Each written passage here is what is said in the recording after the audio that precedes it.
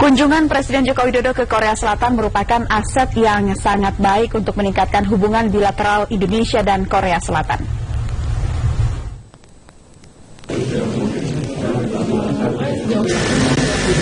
Menteri Luar Negeri Retno Marsudi menyatakan, kunjungan Presiden Joko Widodo selama 3 hari di Korea Selatan mendapat sambutan luar biasa, tidak hanya dari pemerintah Republik Korea, namun juga swasta serta kalangan muda. Retno Marsudi mengungkapkan adanya keinginan kuat Republik Korea untuk meningkatkan hubungan ekonomi dengan Indonesia dengan nilai investasi mencapai 18 miliar dolar Amerika. Dalam hubungan bilateral ini, Indonesia menambah prioritas kerjasama percepatan industrialisasi dan industri kreatif. Visi kita sampai pada titik kita bisa memproduksi 10 juta ton baja klaster, dan itu sangat strategis sekali, artinya bagi Indonesia mengurangi ketergantungan terhadap impor dan pada saat yang sama bisa mengakselerasi industrialisasi di Indonesia. Retno Marsudi berpendapat Republik Korea merupakan salah satu mitra utama pada aspek investasi, perdagangan, pariwisata, dan puluhan ribu WNI bekerja di Republik Korea.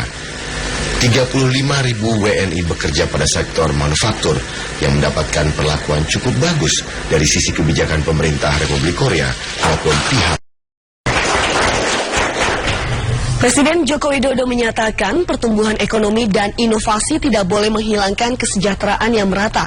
Oleh karena itu, para pemimpin harus mampu berjalan bersama dan mendengar keluhan rakyat.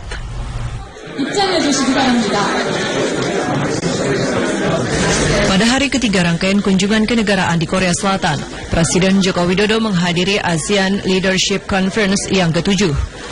Menjadi pembicara dalam acara yang dihadiri Presiden Republik Korea Selatan, Park Geun-hye, Wapres Iran Masumeh Ebtekar, mantan Presiden Amerika Serikat G.W. Bush, dan mantan Kanselir Jerman Gerhard Schröder.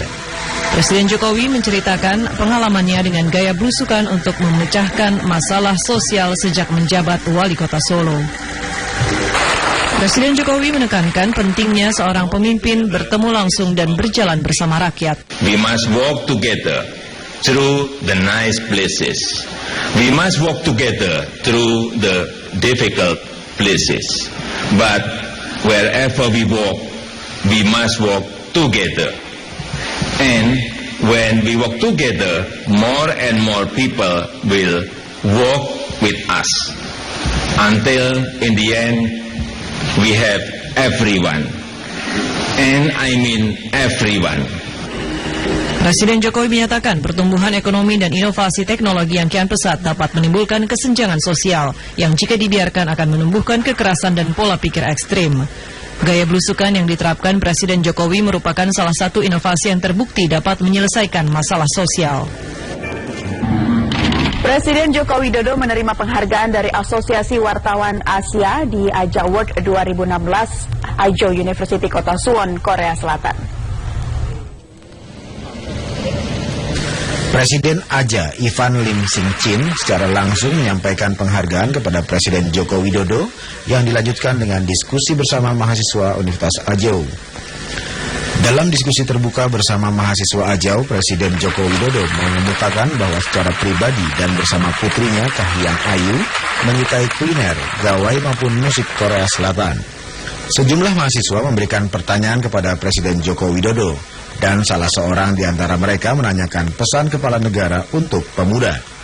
Presiden mengatakan bahwa inovasi bisnis perlu dibarengi dengan inovasi sosial dan pola pikir pemerintah untuk mendapatkan keseimbangan kehidupan. Saya selalu meyakini itu bahwa untuk memenangkan sebuah persaingan, untuk memenangkan sebuah kompetisi, kita harus bekerja lebih keras dari yang lain. Tetapi juga istirahat itu juga perlu. Presiden Joko Widodo menilai diperlukannya inovasi yang diharapkan sang pemenangnya juga lebih peduli terhadap pihak yang kalah. Selain itu, Presiden juga menjelaskan bahwa Indonesia saat ini semakin melaksanakan kerjasama ekonomi terbuka dengan negara sahabat.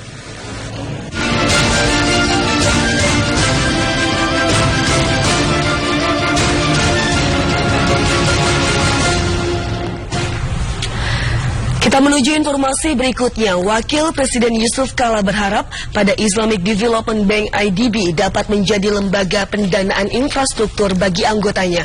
Wapres menilai 2/3 minyak dunia yang dihasilkan oleh negara anggota IDB mampu memberikan stimulus yang baik dalam menunjang dan memperbaiki ekonomi masing-masing anggotanya.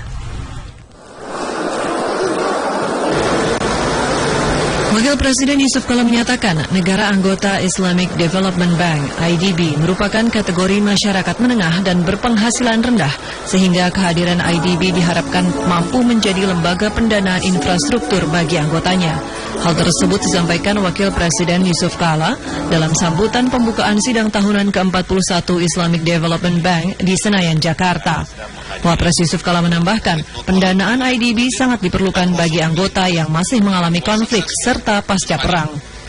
Wapres menilai IDB akan mampu memberi stimulus yang baik dalam menunjang dan memperbaiki ekonomi masing-masing anggotanya, mengingat 2/3 produksi minyak di dunia dihasilkan negara anggota IDB. Sebagian besar anggota IDB tentu akan menghasilkan komoditas yang baik. Sebagian di antara kita negara yang mempunyai penghasilan yang tinggi, namun mayoritas adalah negara-negara yang penduduk menengah dan rendah. Karena itulah dengan keadaan ini kita mempunyai risiko kepada kemakmuran prosperity masing-masing dan merupakan wake up call pada masing-masing kita semua untuk bekerja sama dengan baik. Pada pembukaan sidang tahunan IDB juga dilakukan penambahan anggota ke-57 IDB, yakni negara Guyana, Afrika. Sidang tahunan IDB akan dilaksanakan hingga Kamis 19 Mei 2016. Kementerian Agama menetapkan biaya penyelenggaraan ibadah haji BPIH tahun 2016